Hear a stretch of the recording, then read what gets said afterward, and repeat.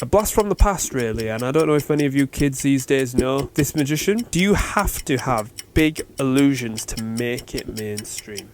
There's more questions than answers. It's kind of something I'm trying to process myself. Okay, we are back. Welcome back, guys, to the Ricky Tura podcast episode.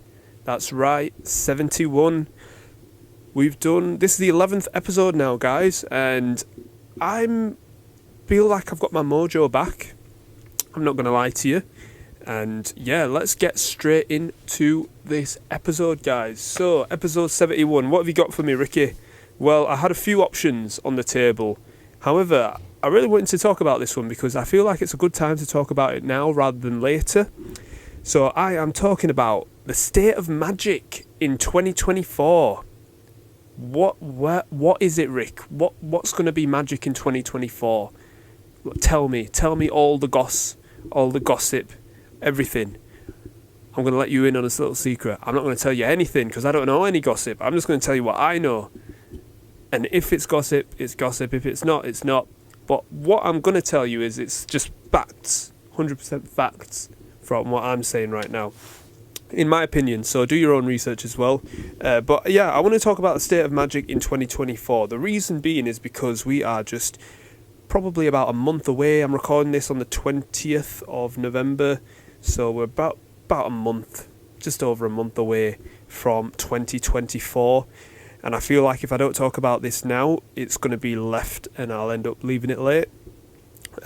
I want to talk about a few magicians in 2024, but preferably I want to talk about mainstream magic in 2024 and is it still relevant?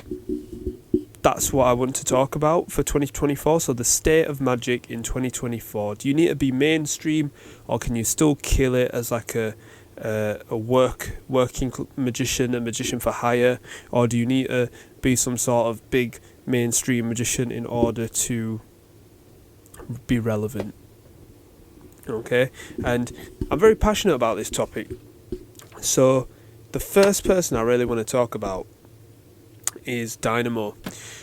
Now, as you guys know, my idol in magic is Dynamo. I've talked about this for many times, and if you haven't heard me say anything, if you're new to this podcast, I appreciate you coming, but please check out my How I Got Into Magic episode, which is like episode 2 or 3 in the series of podcasts.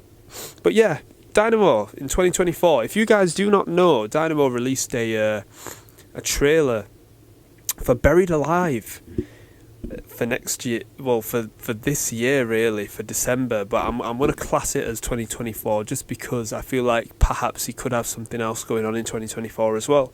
But it's something different. Obviously he's done his big stunts before, but I feel like it's something different because the show is centered around Buried Alive, meaning that the concept they've gone for this is Dynamo is dead, basically he's getting buried alive and he's dying. Now, I do not know if that's just going to be the last thing of the show, like the normal template is for his magic shows, and he's doing a load of magic beforehand on the streets and stuff. It could be, or I don't know if it's just a live event for an hour of him just being buried alive and then making it out. I have no idea what the concept template is going to be. It could be one of the two. However, I'm very excited about that, and it's very nice to see Dynamo back onto the scene. The reason I bring up Dynamo's name is because he is a mainstream magician. He has worked his ass off to be in that mainstream picture for a very, very long time. And I've read his book twice. Please pick it up. And just get my words right here. And I feel like it was an inspiration on me. However, is it an inspiration on other magicians? I will get into that topic a little bit later on. Another magician I want to talk about for 2024. A blast from the past, really, and I don't know if any of you kids these days know this magician. But come on, if you know your magic, you've got to know who this guy is. David Copperfield. To my surprise, I seen an Instagram post of a moon under David Copperfield's name, and I'm thinking, what? David Copperfield? A moon? Surely not. And it says, making the moon disappear. I went, no way. There's no way. My man makes bare stuff disappear. Like, my man made the Statue of Liberty disappear like that. He made the gal go. He made her come back. Now my man's getting the planet and be like, yo, you better go, and then come back. That is pretty good. Do you know how many peas, right? I'm going to just keep it real. Do you know how many peas? Not veggie peas, like peas. Like money. Do you know how many peas you need to make the moon disappear, cuz? That's all I'm going to say. You know, David Copperfield has got them peas from them Las Vegas shows from years and years ago, and my man's like, you know what, the next step is to make the moon disappear. Say no more, fam. That is major moves, bro. I'm not even going to mess about. That is major moves. I don't even know if Dynamo and David Blaine could do that. David Copperfield, you heard it here first. David Copperfield is like the Mr. Beast of Magic. You heard it here first. Alright?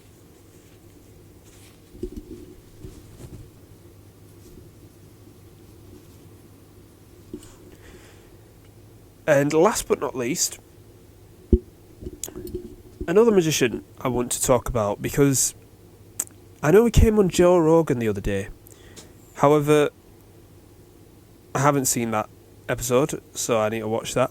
However, David Blaine, he's got his Las Vegas show.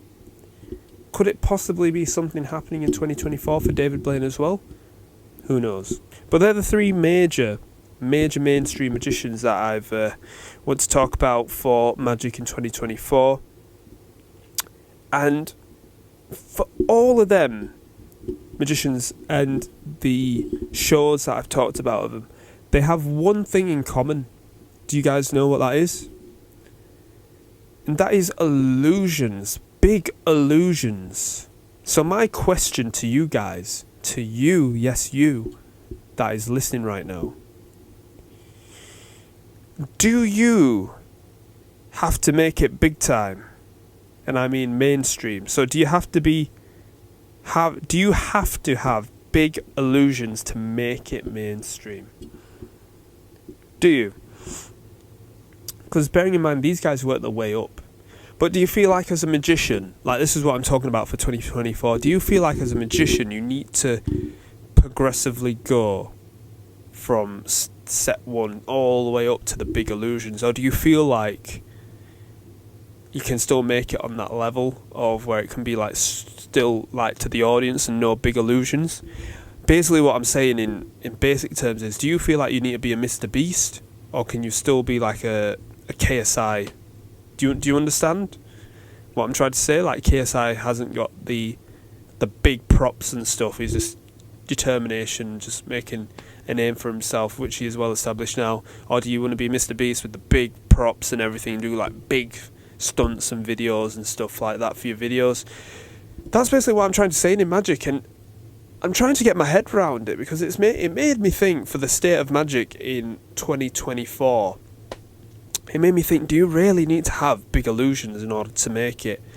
I watched Dynamo, obviously, when he walked on the River Thames, but I really, really appreciated his other magic that he did, which was different to what I'd seen any other magician do before, which was like the phone in bottle. I have never seen another magician do that before in my life.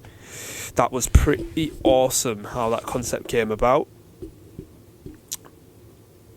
But what I'm saying is, does street magic still work? Does it still work in 2024? This episode right here is more questions than answers. It's kind of something I'm trying to process myself. This is kind of like a brainstorming episode, which is something different that I haven't really done before. Does street magic work in 2024? We've seen so many street magic videos, and they still go on to this day. Does that work, or is that just become the new normal?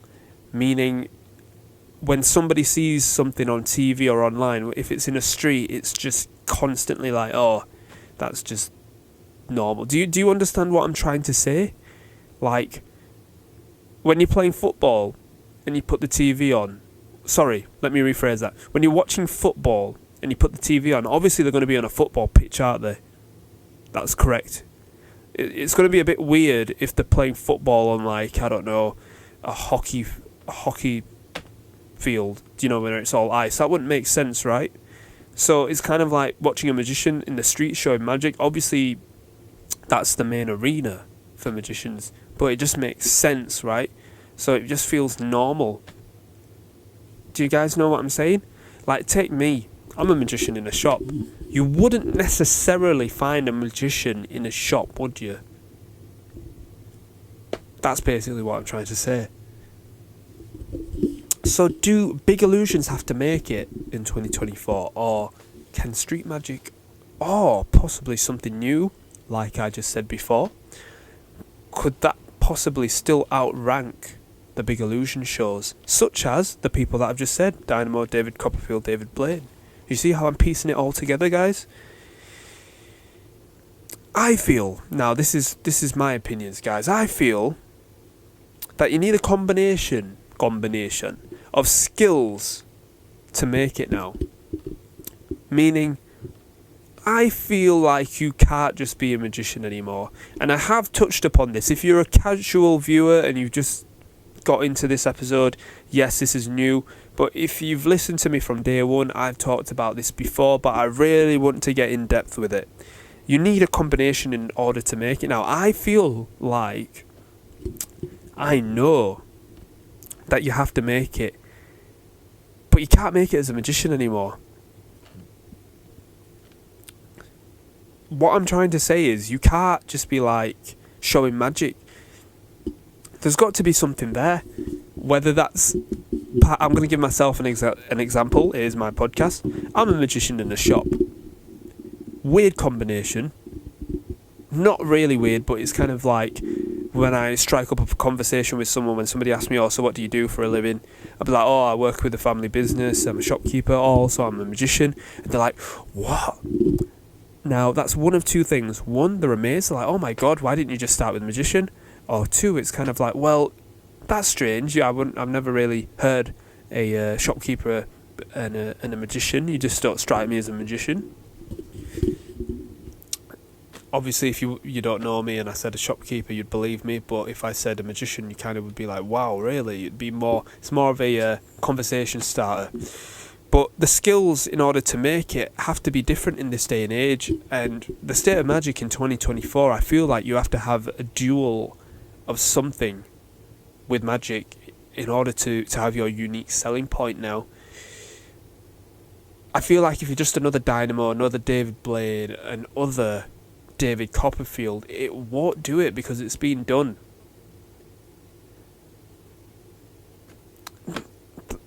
I could end the episode right here, guys. I feel like I've made my point.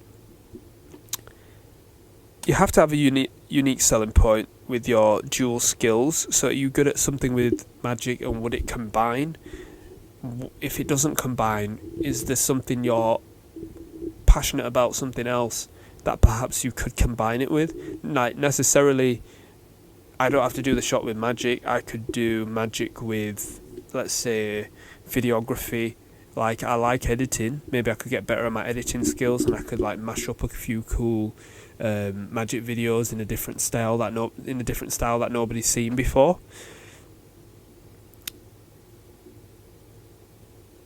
In this day and age, in 2024, with the rise of social media, with the rise of TikTok, other social media apps, Twitter being rebranded to X, you need to have an online presence now.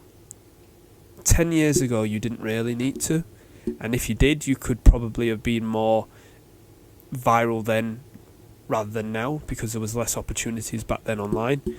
However, you definitely need an online presence, and that does massively help and separate you apart from the pack. I want to get more onto that later in the episode, because I feel like I've talked about that perhaps in a few other episodes, but I've got a controversial one. And I don't think a lot of people are going to like it. But, you know, this is something that I've debated over the past year or two now. And I've actually made an episode called Small Gigs Are the Best. and I really do like it. But I feel like in 2024, here we go, I feel like in 2024, I don't feel like gigs are the way forward. I'm just going to let that sink in. I don't feel like gigs are the way forward. The reason being is because if you're an up-and-coming magician, fair enough, you need the practice. And you get yourself out there, you get some gigs, you get established with the right people, you build up your in real life presence, word of mouth, you get bookings, fair enough, you'll make money as well from it. However, what's the end goal for your gigs? Are you just trying to make a living? Or are you trying to become one of the three that I've just said? Dynamo, David Copperfield, David Blaine. Because from their stories, they did that. But I don't think a lot of people understand now, when looking at them three, is that there's no new player on the market, really, that's mainstream apart from them three, who can keep recreating themselves. So what I'm trying to say is, they're old school, but obviously they're still relevant. However, back in the day, they did the gigs, they did the up-and-coming gigs and stuff that made them progress in their magic career. But now, with social media is your gigs. That's what I'm trying to say. You can literally, I can literally be in the shop, record doing magic to someone. It could go viral tonight, tomorrow. Let's forget the word viral. I could get more attention tonight, more attention tomorrow. And that would be worth a lot more than being at a gig. Now, don't get me wrong, you can still do gigs. I'm not saying you can't do gigs. You can record yourself at a gig and that could go viral, like get more attention from that. What I'm trying to say is there's a new way. I feel like there's a new way to doing things, and I feel like gigs is getting a bit more old school. It reminds me of property. If you like your type of finance, investment type of stuff, stay with me with this point. It reminds me of property does gigs. Property is old school, but it still works, and there'll still be money coming in. That's like the thing for magicians. Gigs is still there. It's kind of like the thing that's been there for a very long time, and money will come in, but it depends on how much you work at it, how much you upgrade yourself and promote yourself and stuff, etc, etc, etc. But I just don't think that's the new way. I feel like there's different ways to do it, and believe me, I'm in no position to say gigs work, gigs don't work, social media works, social media doesn't work. I'm just saying my opinion, because I'm not mainstream and I'm not famous online, and I don't do many gigs now. So you can be like, Ricky, well, who are you to speak? Well, I can just speak on experience because I've done a bit of both. However, I feel like the social media side is tremendously a lot more valuable than the gig side now. Because how many gigs can you actually do in a day? How many gigs can you actually do in a year? How many social media posts can you do in a day? How many social media posts can you do in a year to promote your brand? I just feel like it weighs more on the social media side now to get well established online. So I'm trying to say there's a new way in order to become mainstream, and people have done it, but I just don't feel like, and I'm not going to mention any names, I know people have done it. If you're a magician watching or listening to this, you can probably name a handful of people that have done it through social media and got their own shows and stuff. Honestly, I wish them all the best. I've got nothing wrong. I've got no beef with anyone. I've got no beef with any magician. What I'm trying to say is there's no mainstream magician in this day and age. I haven't done my research, I'm not going to lie to you. There probably is somebody on the other side of the world that's got like their own Netflix show and being like, well done, okay, fair enough, congratulations. But what I'm trying to say is, name me the top 5 magicians mainstream in this era, like now. And I'm saying Dynamo, David Copperfield, David Blaine, because they're well established and they're credible and they've got their own shows that have broken out worldwide. And I felt like the latter one's the one that makes it. I can't think of anybody else. Obviously there's tremendous magicians out there, well skilled, probably more skilled than all of them three combined, but how many people know them? How many people is it worldwide? Do you know what I mean? There's this, I'm just sticking on the mainstream topic. because that's the state of Magic in 2024. I don't believe there's a new player yet, and there is one behind the scenes, and I feel like when he or she or they get their opportunity, yes, fair enough, they'll get their opportunity. However, I am going to review this episode in a year's time and see if my prediction is true or not, whether there is a main player. I feel like there is one out there who is doing something new, like with the points I've said before, with the dual skills, things like that is creating something completely different, that's going to put it online, and eventually it will go worldwide, and they'll be doing their own sort of shows where people come, that will be their own gig, and slowly but surely they'll make their way around the globe. That's my prediction. That is my prediction. Not many magicians mainstream. Yes, I'm going to bring up a story from about a week or two ago. The Mirror newspaper here in England. I was reading it because I seen a photo of Dynamo and a few other magicians on the front, and I was thinking, hey, what's going on here? So I opened it, and it showed me a load of magicians from the past and the present, and Dynamo was obviously on there. There was a few like Paul Daniels, Tommy Cooper, David Burglass, other magicians as well, Catherine Ryan as well. Shout outs to Catherine Ryan. And the latest magician was probably from about 10 years ago, probably Catherine Ryan, nearly 10 years ago. And that's what made me think about coming up with the topic of this episode, which is, where is the next, what is 2024 going to be like? Because you've shown all these magicians from the past, who's the future? That's a good topic actually, the future of magic, for another topic. I'm excited about that episode. But yeah, I was looking through the paper and I was thinking, so what now? What is magic going to be? And obviously this was before Dynamo did his trailer for his Buried Alive and stuff like that. But who will be the next big thing? Can small effects still make it in this day and age? My answer is yes, but it depends how you present it. I think getting viral online can be bigger than getting a TV show. Let me explain. In order to get a TV show, I've looked actually into the steps of how to get a TV show. It is actually a lot harder than you guys think, or a lot harder than it sounds.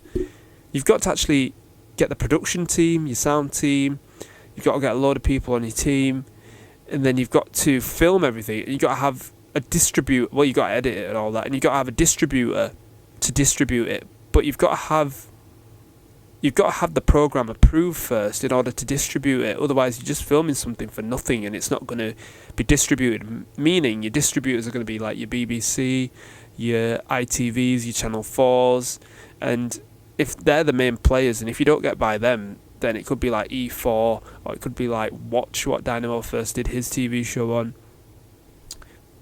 But it's a long process, and being viral online can take just like that overnight. Next thing you know, you're getting all this attention your way, and you've created your own TV show. Do you know what I'm saying? And I feel like that's a lot more valuable now than back then. That is what I'm saying.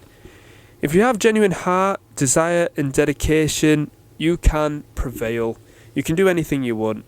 I feel like more online is the way than going on TV. Fun fact, my TV was to be on TV. No, let me rephrase that. That made no sense. Fun fact, my goal was actually to be on TV when I first started out doing magic. It slightly changed the path, but the goal is still there. And I want to end this episode. You know what? Let's go on. Let's go into a bit to the camera here for a serious note. I haven't really seen a magician since Dynamo that's hit it big time. I'm just going to say it right there. Let me know your thoughts and opinions in the comments below. Do you agree with me? Do you disagree with me with a few of these things that I've said this episode? And yeah, guys, this was a good episode. I really enjoyed this. This has probably been my best episode that I've enjoyed since I've come back, guys. So make sure, please, to like, subscribe, share the podcast wherever you're listening to. Share it with friends, family, other magicians people that are coming in magic. I've got a load of episodes still to do. I've got a load of episodes that I've really enjoyed and can help other magicians or people in life, in magic and stuff, performing and stuff like that. Guys, my name is Ricky Tura. This has been your boy Ricky Tura. Peace, stay strong, and remember always, follow your dreams.